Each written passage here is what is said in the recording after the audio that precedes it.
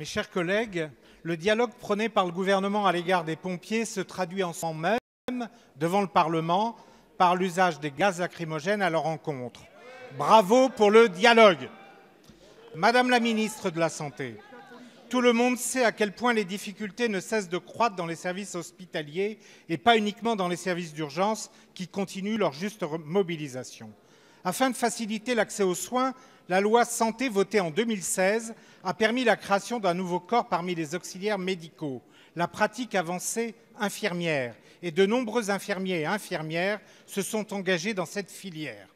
Ces personnels infirmiers, au parcours professionnel d'un minimum de 8 années, 3 ans de formation initiale, 3 ans minimal d'exercice professionnel et 2 ans de formation complémentaire, vont exercer bientôt de nouvelles responsabilités, telles que valider des chimiothérapies et s'engager dans la recherche.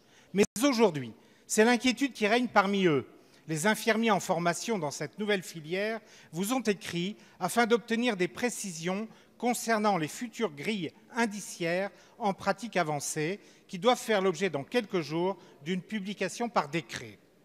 En l'état des informations qu'ils ont, la grille indiciaire indiquerait une rémunération au premier échelon à hauteur de 1 750 € net, sans garantie de la reprise de leur ancienneté, ce qui se traduit par aucune revalorisation significative. Madame la ministre, ce week-end, vous avez annoncé dans les médias un travail sur la rémunération des professionnels de santé. Croyez-vous que ces effets d'annonce soient en rapport avec le décret que vous allez publier? De plus, les mesures d'économie portant sur l'hôpital qui figurent dans le projet de loi de financement de la sécurité sociale ne vont absolument pas dans le bon sens pour apporter les réponses nécessaires. Que pouvez-vous indiquer à toutes les infirmières et infirmiers dans le parcours de formation en pratique avancée et qui attendent votre réponse?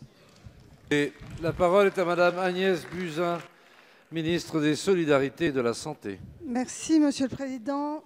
Mesdames et Messieurs les députés, Monsieur le député Lambert, merci de mettre la lumière sur cette profession.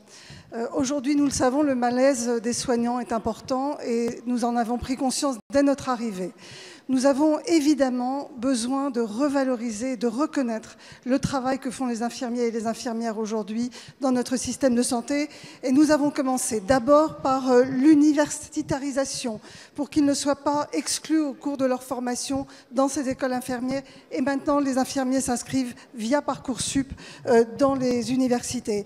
Ensuite, la création de ces infirmiers de pratique avancée qui étaient encalaminés au ministère de la Santé depuis plus de 10 ans et que j'ai enfin fait apparaître. Et c'est vraiment une reconnaissance d'un grade master.